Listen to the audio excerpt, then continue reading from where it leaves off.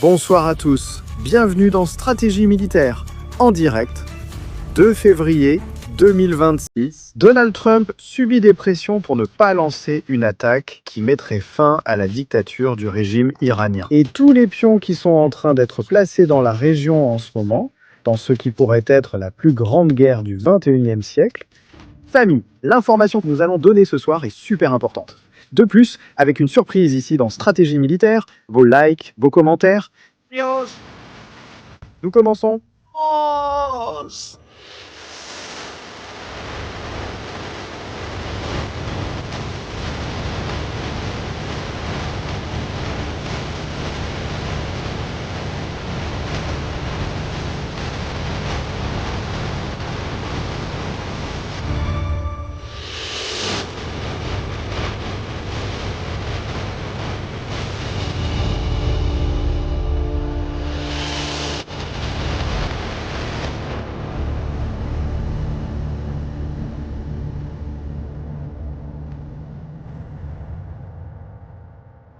Bonsoir à tous, bienvenue dans Stratégie militaire en direct, merci de nous suivre. Quelle journée nous avons eue aujourd'hui, quelles choses se sont passées. J'ai la tête en ce moment à 1000 endroits et je ne sais pas comment on va faire ça. Je ne sais pas comment on va l'expliquer, je ne sais vraiment pas comment on va l'expliquer. Ça va être incroyable. Bienvenue sur la chaîne, merci de liker et commenter. Restez avec nous. Il y a une surprise ce soir. Il y a une énorme surprise ici dans Stratégie militaire. Et c'est incroyable ce qui se passe en ce moment. Bon, je vous donne déjà la première grosse nouvelle de la soirée. La deuxième, s'il vous plaît. Une surprise pour tout le monde. Nous avons l'autorisation. Nous pouvons actuellement installer des caméras sur la moitié de la planète. Qatar, Nord d'Israël, Jérusalem, Téhéran. Ispahan, nous avons tous les sites. Je vais vous montrer des choses que nous sommes déjà en train de préparer, que nous sommes en train d'obtenir, en plus, pour que lorsque le moment viendra, lorsque l'heure zéro arrivera, la plus grande chaîne d'information jamais vue sur YouTube. Je ne parlerai plus de la télévision car nous ne sommes plus en concurrence, mais sommes désormais la plus grande chaîne d'information de l'histoire sur YouTube. Il y a quelques heures, j'ai publié quelque chose sur Twitter. Si vous ne l'avez pas vu, je veux que vous le voyiez. J'ai publié une série de photos, une série de choses que nous allons voir ce soir. Nous allons aussi voir des choses qui se passent dans d'autres parties du monde. Je veux vraiment tous vous remercier, vraiment. Vous remercier tous, parce qu'en 2 ans sur cette chaîne, nous faisons des choses incroyables. Et ce qu'on a fait aujourd'hui était vraiment historique, que nous devons tous vous raconter et que vous allez bien comprendre. Passons au sujet principal, l'Iran. Donald Trump subit des pressions, le Qatar, l'Arabie Saoudite et les pays du Golfe sont sous pression. Exerçant des pressions à travers le maillon le plus faible de toute la chaîne, à travers Wyckoff, ils envoient des pressions à Donald Trump pour qu'il ne lance pas une attaque contre l'Iran.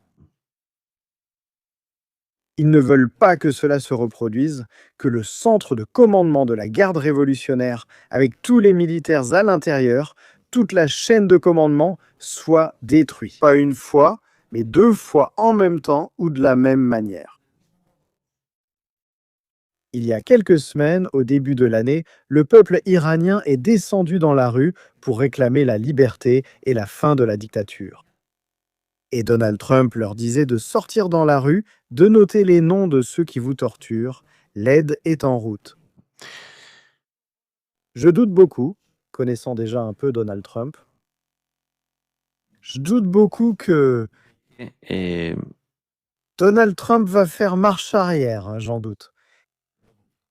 Allez, je suis plus que sûr que Donald Trump ne va pas laisser passer ça.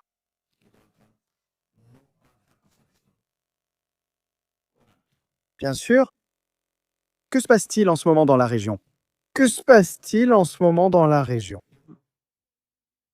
Et en plus, Zamir s'est rendu aux États-Unis et c'est grave, ce n'est pas rien. C'est plus grave que ce que nous pensions. Zamir est allé aux États-Unis transmettre des informations vitales et classifiées, impossibles à envoyer autrement. Il faut le faire en personne pour que Donald Trump comprenne pourquoi il doit attaquer l'Iran sans délai et stopper les programmes de missiles, nucléaires et tout ce qui concerne l'ayatollah, ce qui rend la situation grave. Israël est préoccupé, d'une certaine manière, qu'il parvienne à exercer suffisamment de pression sur le patient, sur Donald Trump, pour qu'il évite l'attaque contre. Merci Iran. J'aimerais connaître vos commentaires, j'aimerais savoir ce que vous en pensez. Je vais vous montrer une vidéo qui vient d'être divulguée. Il y a quelques minutes à peine, un drone des États-Unis d'Amérique. Écrivez en farsi pour attaquer l'Iran.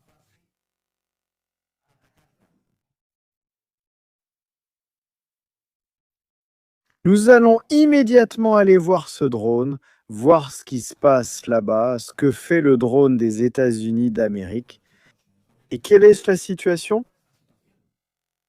On nous avait dit que ce week-end, il y avait de grandes chances qu'une attaque ait lieu. Cela ne s'est pas produit, du moins pas à notre connaissance. Les drones restent présents dans la zone à la sortie du port de Bandar Abbas. Le porte-drones iranien n'a pas bougé, il attend toujours un missile Harpoon des États-Unis restant dans cette zone. L'Iran continue de se préparer à lancer des missiles, je pense que c'est déjà prêt. La préparation de l'Iran à lancer des missiles suffit à Israël pour justifier une attaque préventive. Je pense que ne pas le faire ou attendre que l'Iran soit le premier à lancer l'attaque cette fois-ci, c'est une erreur catastrophique. Mais voyons aussi ce qui s'est passé ces dernières heures, ce qui s'est produit ces dernières heures. Et si c'était une stratégie de tromperie de la part des États-Unis d'Amérique pour que l'Iran pense qu'il ne sera pas attaqué? Et il s'est passé exactement la même chose pendant la guerre des 12 jours, le jour où elle a commencé, qui était un Shabbat. Ce week-end-là, les États-Unis étaient censés se réunir pour négocier. Hier soir, nous parlions du départ d'avions ravitailleurs vers la Méditerranée, dans une rotation qui semblait être habituelle. Ces avions avaient effectué le transfert, le taxi d'autres avions pour qu'ils atteignent la zone d'opération. Et maintenant, ils retournaient dans la zone méditerranéenne, puis une autre série d'événements survenait. Dans la journée, les préparatifs continuent. L'activité est intense. Désormais, on peut vraiment le dire à Diego Garcia. Beaucoup d'avions sont en mouvement. Des unités importantes se déplacent au niveau stratégique depuis l'île de Guam et d'autres endroits. Et le trafic de transport que vous voyez ne cesse pas. Ces avions repartent à nouveau vers le Royaume-Uni pour ramener de nouveaux avions vers le sud lorsqu'ils arriveront dans la région. Il y a un détail. Tandis que les États-Unis envoient des avions C-17 comme celui-ci. Comme ceux ici qui font tout le travail en Jordanie et se déplacent d'un endroit à l'autre. Vous voulez dire qu'on installe plus de défense anti-aérienne, Stésiam? Chaque jour qui passe, et ça vous devez bien le comprendre, chaque jour qui passe, c'est tout. Les États-Unis renforcent leur puissance défensive et offensive dans la région. Quelle est la façon d'agir des États-Unis d'Amérique face à ce type de situation, dans ce genre de conflit que nous voyons? Ce que font généralement les États-Unis d'Amérique, c'est de rassembler une grande force militaire dans la région avant de lancer une attaque. Ils l'ont fait avec le Venezuela, ils l'ont fait par le passé et ils sont en train de le faire en ce moment même. Pour être réaliste, et même si nous voulons tous que cela arrive, il est probable qu'il reste encore des systèmes de défense antiaérienne à venir pour assurer une protection complète de toute la région. Cela signifie-t-il aussi que les États-Unis n'envisagent pas de lancer une attaque symbolique et de ne toucher que de petites parties du régime en guise de récompense pour avoir martyrisé son peuple? C'est possible.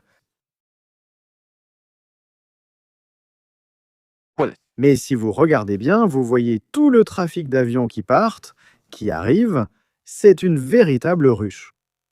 C'est la plus grande route commerciale militaire de l'histoire. Ici, nous voyons un CO5 Galaxy. Merci.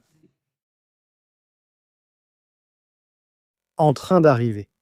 Il faut le comprendre, trop de troupes arrivent pour qu'un accord soit possible. Les États-Unis, avec ce qu'ils ont déjà dans la région, pourraient déjà exercer une pression pour une négociation avec l'Iran. L'Iran, qui observe cela, se rend compte que cette fois, ce ne sera pas une petite guerre de 12 jours, ni la force israélienne, limitée en nombre et en logistique, ne va lancer des attaques symboliques ou contre des cibles situées à l'ouest du pays. L'Iran commence à se rendre compte que ce qui arrive en ce moment, ce qui est en train d'arriver, c'est une force militaire capable de les renverser. Et il le voit comme ça. C'est pour cela qu'il tire les ficelles en coulisses. Pour que ce soit justement par l'intermédiaire de Wikoff et d'autres pays de la région qu'ils essaient de convaincre Donald Trump de ne pas appuyer sur le bouton rouge, c'est ce qu'ils essaient de faire. Je pense qu'il est trop tard, c'est mon avis. En plus, je crois que ce qu'ils vont découvrir sera une surprise assez dure. Je pense que ce que nous allons voir va paralyser le monde. Pendant ce temps, Israël fait ce qu'il a à faire. Avec ça. Pardon, ça c'était le Venezuela.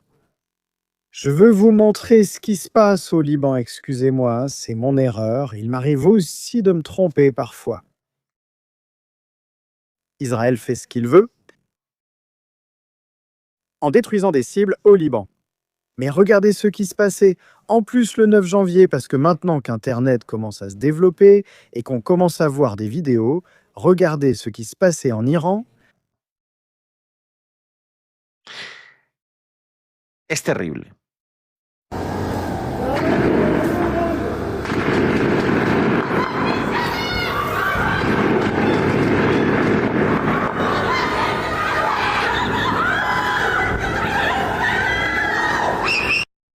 Les membres de la garde révolutionnaire pour que vous compreniez la situation. Les gens criaient « Liberté » sur les balcons, tandis que le régime et la garde révolutionnaire tiraient sur eux depuis la rue.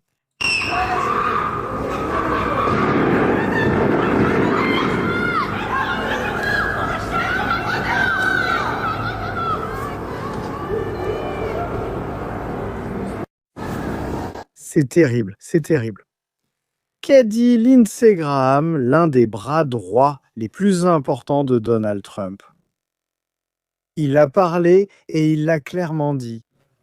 Je te le dis, tu ne seras jamais notre ami. Si nous déplaçons la plaque sans agir, ce sera 100 ans de chaos. L'Amérique est aux mains de l'ayatollah. Il ne sera jamais l'ami des États-Unis. C'est pourquoi Trump choisit le peuple, pas son régime brutal.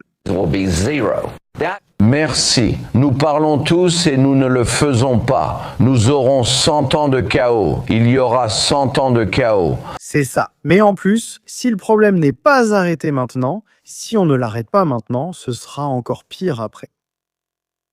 Israël, Liban. Les barbecues continuent en hiver. En été, au printemps, le problème de la surchauffe des voitures ne fait qu'augmenter. Mais ceux qui vont bientôt recevoir un barbecue, ce sont eux. Regardez cette vidéo. Majbar Amérique. Majbar América. Majbar América. Majbar América. Majbar América. Majbar América. Majbar. Ce groupe de verts qui bougent à l'écran, en vert. Je ne comprends pas. Ils se rassemblent toujours avant qu'un missile tombe, chantant la mort. Ah, vous savez déjà de quel pays il s'agit, avec Trump comme président? Ma faute Amérique, ma faute Amérique. Si j'étais président des États-Unis et voyais un groupe de fanatiques se fabriquer des missiles nucléaires pouvant atteindre la Floride, Washington ou New York, et qu'ils lèvent le poing contre mon pays, le menaçant de le détruire. Pardon l'Amérique. Pardon l'Amérique. Est-ce que je crois ou je pense? Que les... Je lui fermerai la bouche d'un coup. Je pense que ce serait logique dans un monde normal. Au fait, vous n'êtes pas content parce que l'Union européenne vient de déclassifier ces gens ou de les classifier. Ils les ont retirés de la liste blanche et vont les inscrire sur celle des groupes terroristes. Comment ça se passe à Diego Garcia? C'est important. On va le voir.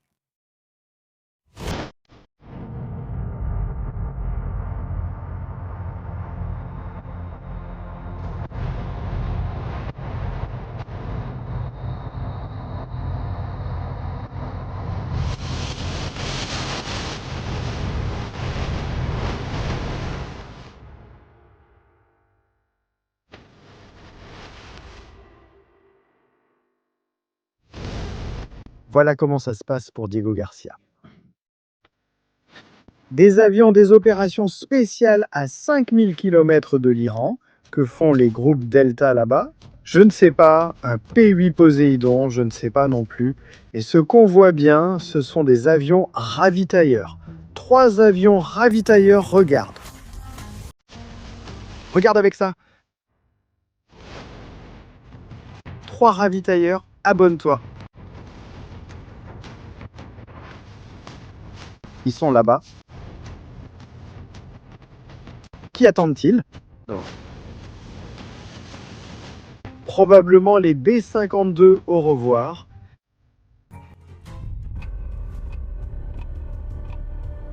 B-52.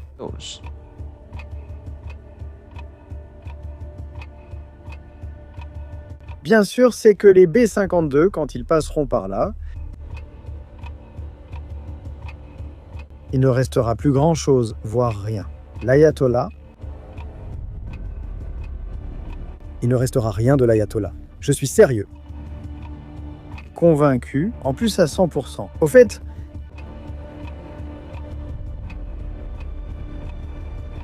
je vais vous montrer quelque chose. C'est public, non? Aucune. Mise en scène dans la baie d'Eilat, en Israël. En ce moment, une corvette SR et un destroyer de la marine des États-Unis d'Amérique partagent un même objectif, protéger des millions de personnes en Israël. Nous possédons des images confirmées et publiées aussi par la marine des États-Unis. Nous allons afficher l'image ici. Il n'y a aucun danger pour qui que ce soit, hein?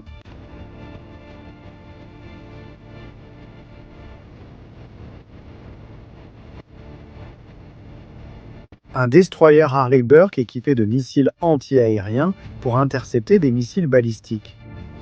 Bien, très bien.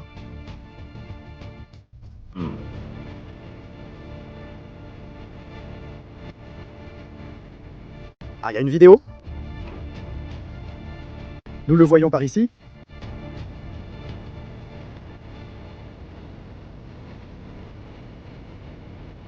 Allons-y!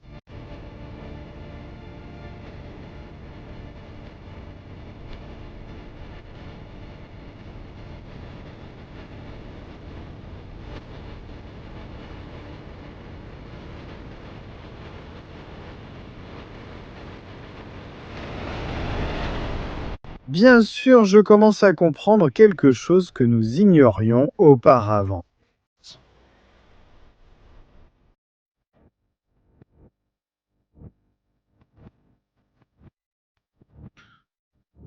Quelle était l'idée de tout cela?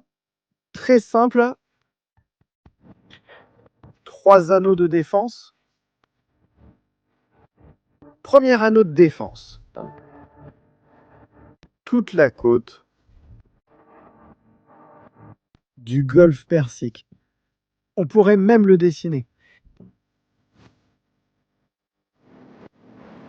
Ce ne serait pas une mauvaise idée, hein? Allons-y.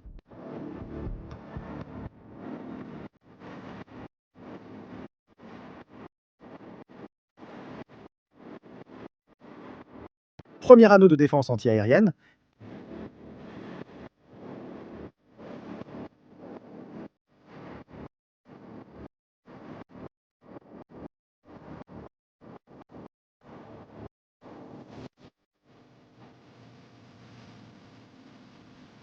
Ensuite, nous avons un deuxième anneau de défense anti-aérienne.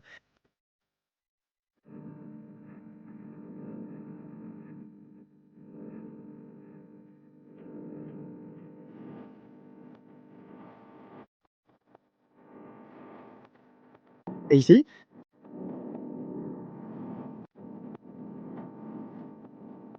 le dernier.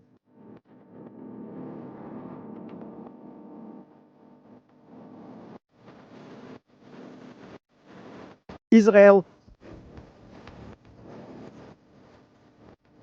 Il manque un autre, pardon, 4, évidemment.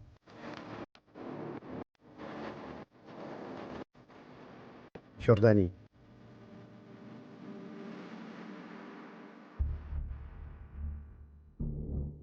L'idée est claire, d'après ce que nous voyons, des avions seront envoyés.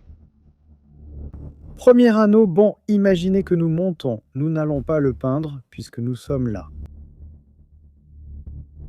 Là. Premier anneau Koweït.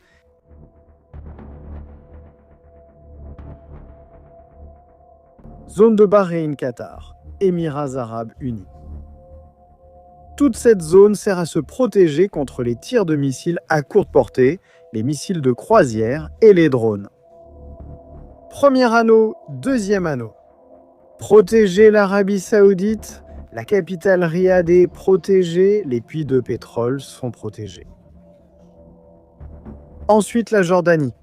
Dès là, il pourrait lancer les opérations avec les F-15. Décollage depuis la Jordanie. Dernier cercle, Israël. Nous estimons les destructeurs méditerranéens.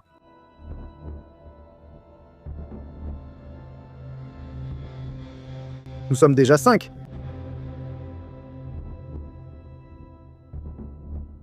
Avec quelques détails supplémentaires, évidemment.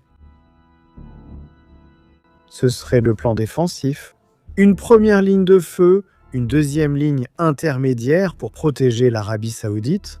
La troisième et la quatrième servent à protéger la Jordanie et Israël des attaques. La Jordanie et Israël vont partager des systèmes défensifs. Parce que tout missile en rentrée survolera la Jordanie et pénétrera l'espace aérien israélien.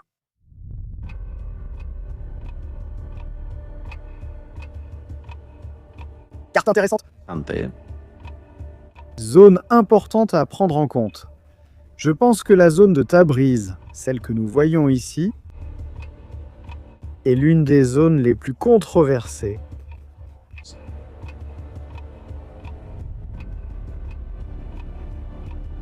Cette zone que nous voyons ici, avec la base militaire, des silos à missiles. Avec l'autre usine de la terreur qu'ils ont là-bas, ils en ont plusieurs. Ce sont celles qui peuvent le plus mettre en échec le système de défense. Pourquoi game? Les missiles lancés d'ici depuis Bandar Abbas sont de courte portée. Ils restent à basse altitude pour que vous compreniez.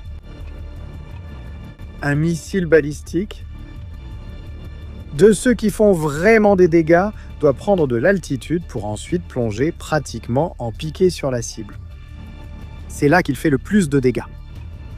Les missiles lancés depuis Bandar Abbas sont quasi balistiques. 500, 400 km, il n'y en a pas plus. Mais ceux lancés depuis Tabriz, ça c'est déjà autre chose. Ces missiles-là vont parcourir 1500, 1800 km pour attaquer Haïfa, attaquer Israël, Tel Aviv, et ceux-là volent à une altitude plus élevée, donc la phase terminale est critique. D'ici, des missiles seront lancés pour protéger les espaces aériens d'Israël et de Jordanie. Ce détail est-il important? Bien, la famille, maintenant je veux vous dire quelque chose. Maintenant que nous sommes ici depuis 27 minutes, merci beaucoup d'être en direct avec nous. S'il vous plaît, vos super chats sont super importants. Je veux vous montrer quelque chose. Vous allez halluciner, merci. Je me souviens quand cette chaîne est née, nous étions très peu nombreux. Maintenant, nous sommes un peu plus et j'espère que nous serons beaucoup plus. J'ai connu des histoires incroyables, mais il y a une histoire qui, depuis le début, depuis le tout début de tout ça, m'a profondément touché. Un pays comme El Salvador, en Amérique centrale, un pays où le crime était partout.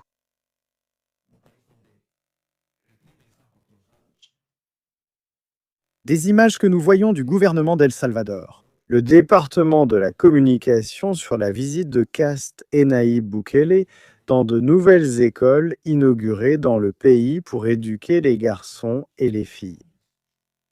Au fait, félicitations au Costa Rica pour ces élections, le parti a remporté la victoire démocratiquement. Bravo à nos amis Ticos, merci.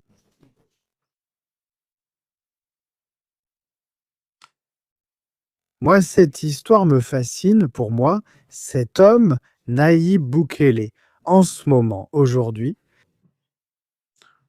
Merci. Je pense que c'est l'homme le plus équilibré politiquement qu'il y ait sur la planète. Cela peut plaire à certains ou déplaire à d'autres. Vous n'avez pas à partager mon avis. Mais pour moi, le sujet du Salvador m'a toujours fasciné depuis que j'ai commencé. Parce que je sais ce qu'a été le problème des Maras, je sais tout ce qu'ils ont enduré depuis le début, travaillant depuis le début pour s'en sortir. Et cet homme a été envoyé par Dieu, je le dis vraiment, cet homme a été envoyé par Dieu pour sauver un pays.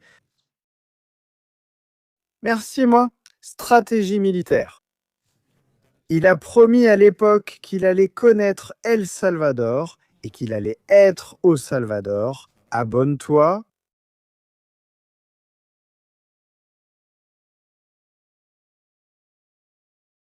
Je l'ai dit.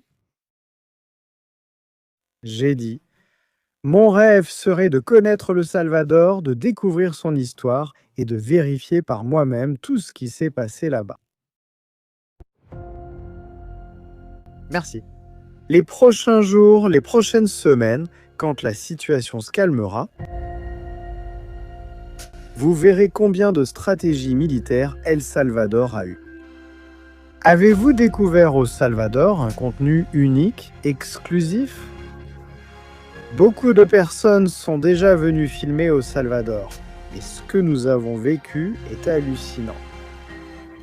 Donc oui, la question que tout le monde se pose, c'est quelle stratégie avez-vous utilisée ? J'étais ici, j'étais là, j'étais par ici, j'étais par là. Oui. Stratégie militaire au Salvador. Évidemment, pour des raisons de sécurité, nous n'avons pas pu rendre visite à beaucoup de personnes avec qui nous aurions aimé organiser un événement. Parce que malheureusement, le destin de cette chaîne est de rester anonyme et de travailler dans l'ombre pour la lumière. Mais je peux vous dire que nous avons fait des choses incroyables. D'ailleurs, je veux vous en montrer une.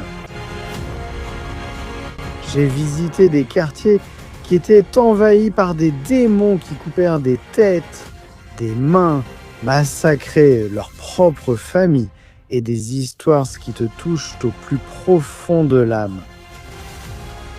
Nous avons tout vu.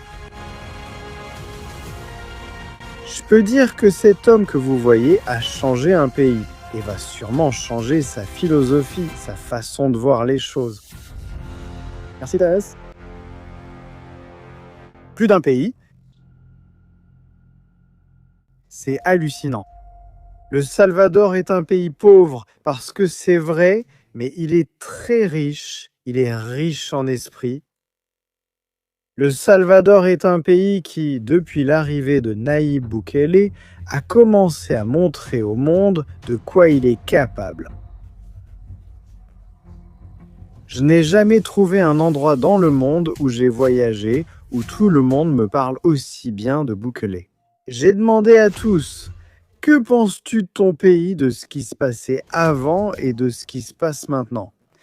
Et tout le monde disait, nous remercions Dieu de nous avoir envoyé Nayib Bukele.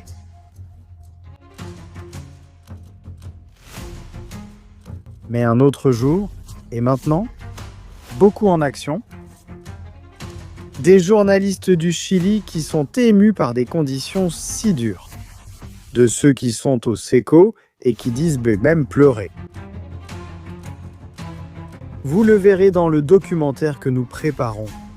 Qu'ils les emmènent chez eux, qu'ils les emmènent vivre quelque temps avec leur famille et qu'ils profitent de la grande compagnie que ce genre de personnes peut leur offrir. L'exemple du Salvador qui a des terroristes enfermés dans un endroit où il y a bien des droits de l'homme. Parce qu'il y a de la nourriture, il y a des médecins et il y a des choses, mais ils sont loin de nuire à leur peuple.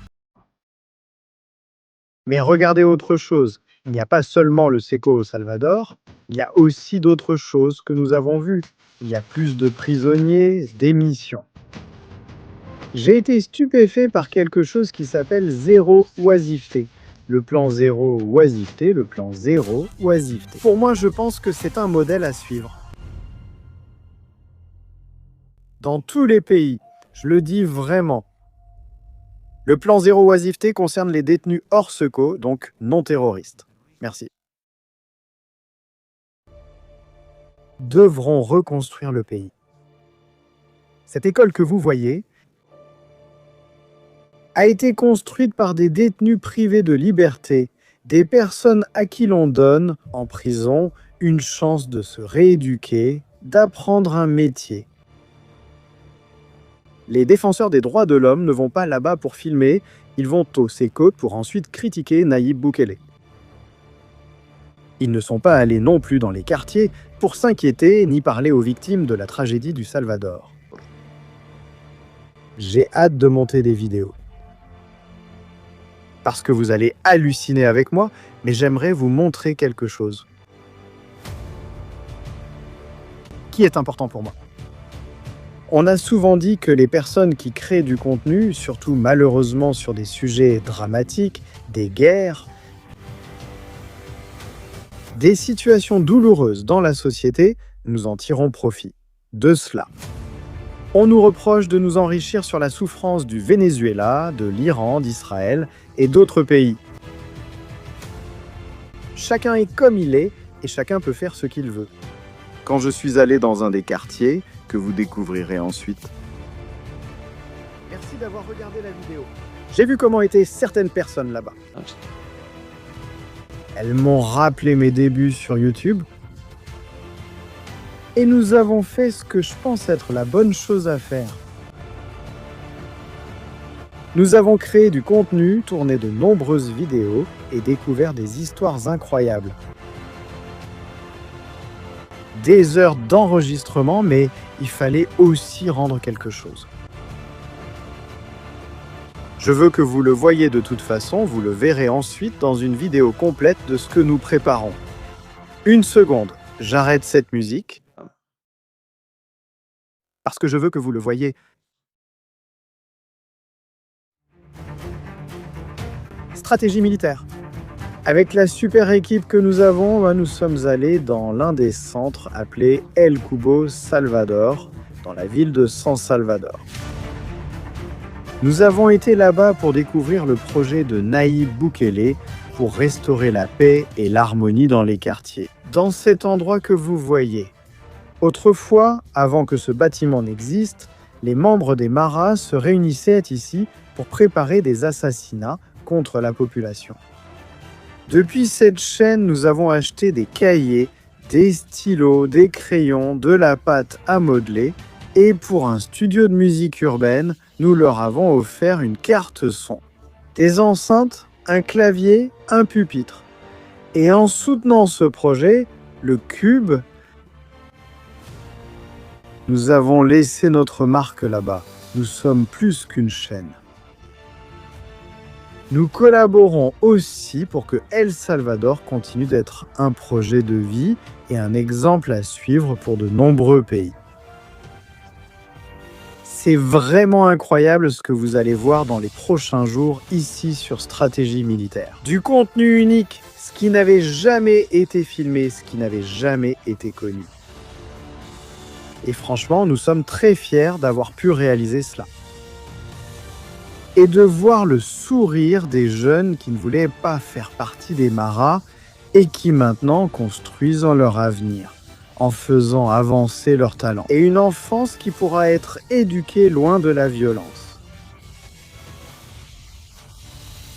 Alors un grand merci au gouvernement du Salvador de nous avoir donné l'opportunité de filmer, d'avoir parcouru leurs rues, d'avoir été avec eux et de nous avoir montré la réalité. Le premier jour où nous sommes arrivés, c'est ce que le gouvernement nous a dit. Sortez dans la rue et filmez ce que vous voulez, directement. Sortez dans la rue et filmez ce que vous voulez. Sans rien à cacher. Au revoir. Incroyable. Eh bien, la vérité, c'est qu'une partie de vos dons, de votre super chat, de votre soutien, voilà, c'est là.